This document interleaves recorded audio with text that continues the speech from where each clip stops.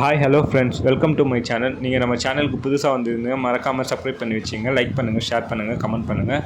Today டாபிக்ஸில் பார்த்தீங்கன்னா இட்லி கடை மூவியை பற்றி தான் இன்றைக்கி பேச போகிறோம். இன்றைக்கி இட்லி கடை மூவி வந்து ஆடியோ லான்ச்சு எங்கன்னா நேரு ஸ்டேடியத்தில் நடந்துன்னு இருக்குது. இதில் பார்த்தீங்கன்னா யார் யார் ஆக்ட் பண்ணியிருக்காங்கன்னா Dhanush, Arun Vijay, Nithya Menon plus music director வந்து ஜி பிரகாஷ். அருண் விஜய் அவர்கள் ஆடியோ லான்ச்சில் என்ன பேசியிருக்காரு பார்த்தீங்கன்னா, இன்றைக்கி ஆக்டர் தனுஷை பற்றி ரொம்பவும் வந்து பார்த்திங்கன்னா பெருமையாக பேசியிருக்காரு ஆடியோ லான்ச்சில்.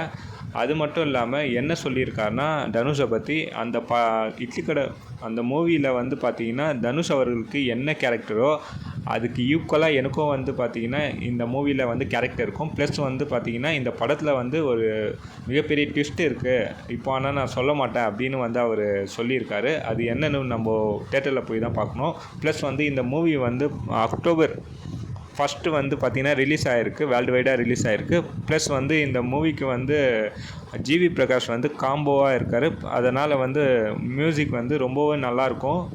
இந்த மூவியில் ராஜ்கிரண் அவர்களும் நடிச்சிருக்காரு. அருண் விஜய் அவர்கள் என்ன சொல்லியிருக்காருன்னா, ப்ளஸ் அது மட்டும் சொல்லாமல் அவர் வந்து செட்டில் பார்த்திங்கன்னா ரொம்ப அமைதியாக இருப்பார்னு சொல்லியிருக்காரு. அது மட்டும் இல்லை, அந்த செட்டில் அவர் இருக்கும்போதெல்லாம் பார்த்திங்கன்னா செட்டே வந்து அமைதியாக இருக்குமா. அவ்வளோ சீக்கிரம் அவர் வந்து கோவமே படமாட்டார்னு சொல்லியிருக்காரு தனுஷ். நித்யா மேனனும் இந்த படத்தில் நடிச்சிருக்காங்க. அவங்க ஆல்ரெடி வந்து திருச்சிற்றம்பலம் அந்த படத்தை ஆல்ரெடி ஒன்றா நடிச்சிருப்பாங்க, தனுஷ் அவர்களும் நித்யா மேனன் அவர்களும். அந்த படமும் நீங்கள் பார்த்துருப்பீங்க. எல்லாமே சூப்பராக இருக்கும் அந்த மூவி எல்லாமே.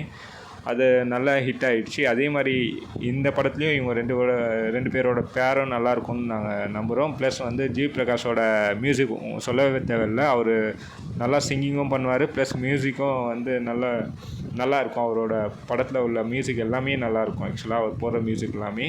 அதனால் அவருக்கு ஒரு ஃபேன் ஃபாலோவிங்கே இருக்காங்க. லாஸ்ட்டாக இந்த மூவியில் பார்த்தீங்கன்னா என்ன சொல்ல போகிறோன்னா, இந்த மூவி வந்து பெரிய லெவலில் வந்து ஹிட் ஆகும்னு நினைக்கிறேன். அக்டோபர் 1 பார்க்கலாம் வேர்ல்டு வைடாக சினிமா.